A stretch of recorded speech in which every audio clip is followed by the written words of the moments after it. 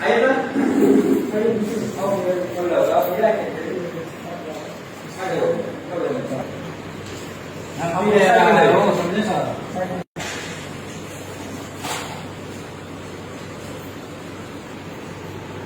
नमस्कार, मैं हूं शीतला तिवारी और हमारे साथ वरिष्ठ पत्रकार भालचंद पांडे जी हैं। आज हम पांडे जी से जिक्र करेंगे बिहार के वैशाली में एक महिला सिपाही के साथ दुष्कर्म हुआ है।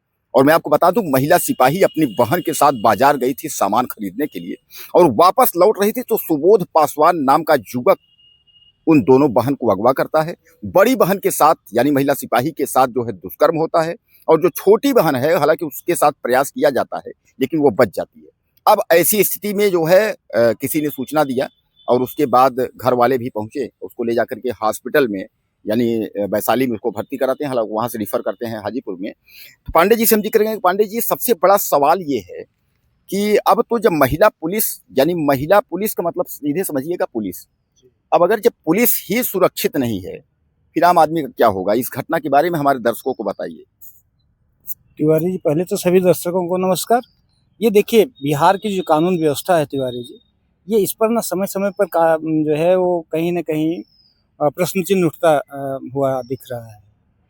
आप देखिए, अभी हाल की घटना में भरत तिवारी वाले मैटर में पुलिस ने जल्दबाजी दिखाई, ताबकतोड़ जो है पकड़ के उसको गिरफ्तार करके जेल भेज सकते थे, नहीं पुलिस ने क्या किया, गोली का मार दिया और गोली जो है ऐसी जगह लग गई कि उसकी मौत हो गई। अब वो पुलिस का एनकाउंटर जो है वो काफ़ी छाया रहा। पुलिस ने क्या बताया कि नहीं, हम कानून व्यवस्था को बनाए रखने के लिए जो है एनकाउंटर किए। अब वही कानून व्यवस्था को बनाए रखने के लिए तो यहाँ भी जो दुष्कर्म किया है उसके खिलाफ भी तो उसके खिलाफ तो और कठोर कानून बनता है। लेकिन यहाँ पुलिस अभी तक जो है गिरफ्तारी तक नहीं कर पाई, बाकी तो और सब छोड़ दीजिए। और ऐसी घटनाएं ये पहली नहीं है वैशाली वाली तिवारी जी, इसके पहले भी देखिए बिहार में 2-3 घटनाएं घट चुकी हैं जहाँ नाबालिग के साथ कई लोगों ने मिलकर रेप किया है। और दरभंगा तरफ की घटना थी, वहां पर भी इसी तरह का एक कृत्य किया गया है। तो ये इस तरह की घटनाएं बिहार में आए दिन घट रही हैं, लेकिन बिहार सरकार कहीं न कहीं कानून व्यवस्था को लेकर के लचर दिख रही है या कानून व्यवस्था पे कहीं न कहीं कमजोर दिख रही है।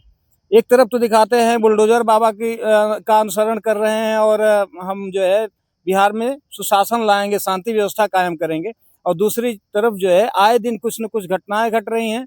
कहीं पुलिस वाले ही इनकाउंटर में उनके ऊपर गोली चल रही है, उनको भी वो भी घायल हो रहे हैं, हॉस्पिटल में एडमिट हुए हैं।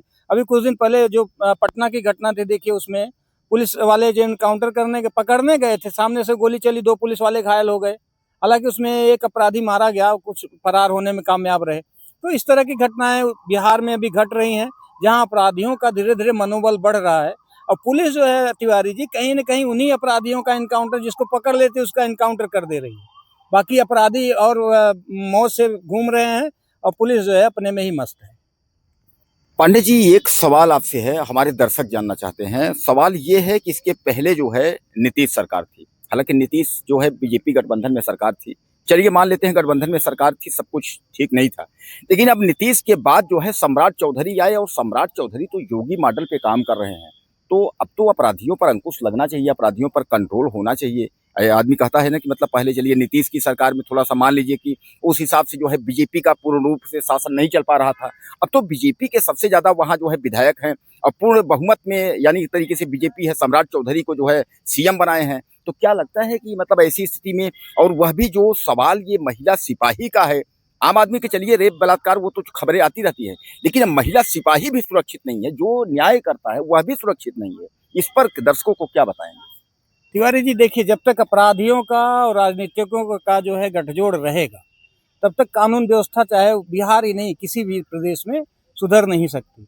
क्योंकि जो अपराधी होते हैं ना न किसी राजनीतिज्ञ के साये में होते हैं, अपराध करते हैं, वो फरार हो जाते हैं, शरण लेते हैं और उसके बाद कुछ दिन बाद सरेंडर करा दिए जाते हैं। मामला कोर्ट में जाता है, साक्ष्य के अभाव में सब छूट जाते हैं। तो जब तक ये राजनीतिज्ञों का वरद हस्त जो है अपराधियों पे रहेगा, तब तक ऐसे ही कानून व्यवस्था का मजाक बनता रहेगा, उल्लंघन होता रहेगा और पुलिस भी मारी जाती रहेगी। आम जनता की तो बात ही छोड़ दीजिए। तिवारी जी, जब से राजनीति में अपराधियों का प्रवेश हुआ है, या समझ लीजिए कि अपराधियों का कहें कि राजनीतिक के बनना शुरू हुआ है, तब से धीरे धीरे देखिए अपराध पे अंकुश पाना कम होता जा रहा है।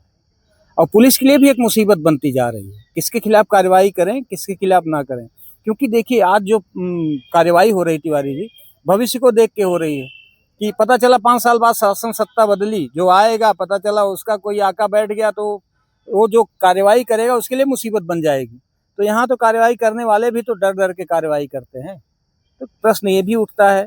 अब ये है कि इस तरह का अगर कानून व्यवस्था का मजाक बनता रहा, उल्लंघन होता रहा, वो समय दूर नहीं है कि बिहार फिर से वही अंधेर नगरी दूसर राजा वाला हाल का होगा और वहाँ पर फिर से वही जंगल राज की स्थिति बन जाएगी। एक अंतिम सवाल आपसे ये है कि उत्तर प्रदेश और बिहार इन दोनों में कभी कोई अपराधी अपराध कर बैठता है तो उसमें सीधे सीधे मिनिस्टर और मंत्री का नाम आता है। जैसे कि बिहार में भी भरत तिवारी के साथ कांड हुआ तो उसमें सीधे जो है सीएम का नाम आया कि पटना से ही आदेश आया होगा। अभी आपने जौनपुर में 2 घटना देखा, उसमें भी कहीं ना कहीं मंत्रियों का जो है नाम आया। क्या लगता है कि मंत्री से ये अपराधी संलिप्त हैं या बदनाम करने के लिए इसी स्थिति है? दर्शक हमारे जानना चाहते हैं आपसे। नहीं, ऐसा हर जगह नहीं हो सकता तिवारी जी। कभी कभी देखिए वैसे र्यूमर उड़ाया जाता है, लेकिन कभी कभी होता है कि किसी बड़े नेता का अपराधियों पे बर्दाश्त होता है, छाया में रहते हैं और उनके छाया का प्रभाव लेकर के कहीं ना कहीं बच निकलते हैं। तो बहरहाल कुल मिलाकर के आप समझिए पांडे ने आपको जानकारी दी, लेकिन मैं आपको बता दूं कि वैशाली की यह महिला सिपाही, इसकी मां ने जो है एफआईआर दर्ज करा दी है और अब जो दरिंदा जो सुबोध पासवान है उसको जो है पुलिस तत्काल ढूंढने की कोशिश में पड़ी हुई है और उम्मीद यही है कि ज़्यादा से ज़्यादा जो है संख्या में पुलिस इकट्ठा होकर के और ऐसे दरिंदों के खिलाफ जो है कठोर कार्यवाही करेंगे। क्या लगता है आपको ऐसी घटनाओं के लिए रोक कैसे होना चाहिए, या इसके बारे में अगर दरिंदे के बारे में कुछ कहना चाहते हो तो आप ज़्यादा से ज़्यादा टिप्पणी करें। अगले वीडियो में मिलते हैं।